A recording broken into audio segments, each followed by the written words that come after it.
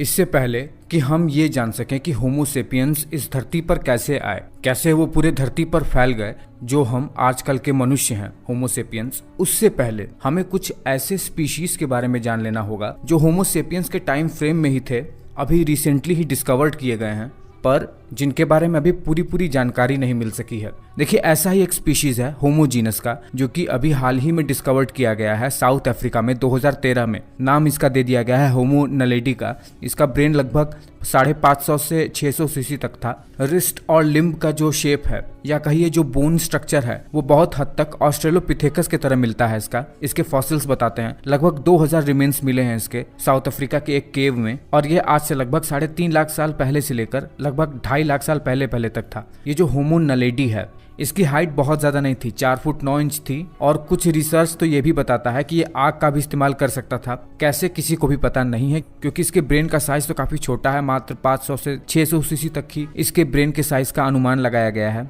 Fossils के through. लेकिन ये काफी हद तक आजकल के मॉडर्न ह्यूमन से बहुत मिलता जुलता भी है। इसमें लो सेक्सुअल डायमॉर्फिज्म है, मतलब जो आदमी और औरतें हैं उनमें बहुत ज्यादा फर्क नहीं देखा गया है। इसके जो स्कल का शेप था काफी डिराइव था, ऊपर उठा हुआ, कर्व्ड, पैर बिल्कुल ह्यूमंस की तरह हैं, आजकल के लंबे लंबे अंगूठे हैं। कुल मिला के ये एक मोज़ाइक होमिनिन था जिसमें 2 या 2 से ज्यादा सेट्स ऑफ जीन्स थे अलग अलग स्पीशीज के। इसी तरह 2003 में कुछ फॉसिल्स मिले हैं इंडोनेशिया में एक ऐसे ह्यूमन का जिसका दिमाग का साइज काफी छोटा था, लगभग 380 सीसी का, और इसका हाइट भी बहुत ज्यादा लंबा नहीं था। ये जो होमोजीनस है इसे नाम दे दिया गया है होमो फ्लोरेसियंसिस का, और ऐसा माना जाता है क्योंकि ये एक इंडोनेशिया के छोटे से द्वीप पे रहते थे, इसीलिए नेचुरल सिलेक्शन की वजह से इनकी जो हाइट है वो काफी छोटी रह गई। लगभग 3 फुट 8 इंच तक इनकी हाइट होती थी। जब कोई जानवर बहुत लंबे समय तक किसी छोटे से आइलैंड में आइसोलेटेड हो जाता है, वहीं पर ब्रीडिंग करता है, वहीं में छोटे से इलाके में सिकुड़कर भोजन करता है, ये सब करता है, तो उसकी हाइट धीरे धीरे रिड्यूस होने लगती है। उसकी बॉडी का जो प्रोपोर्शन है वो रिड्यूस होने लगता है,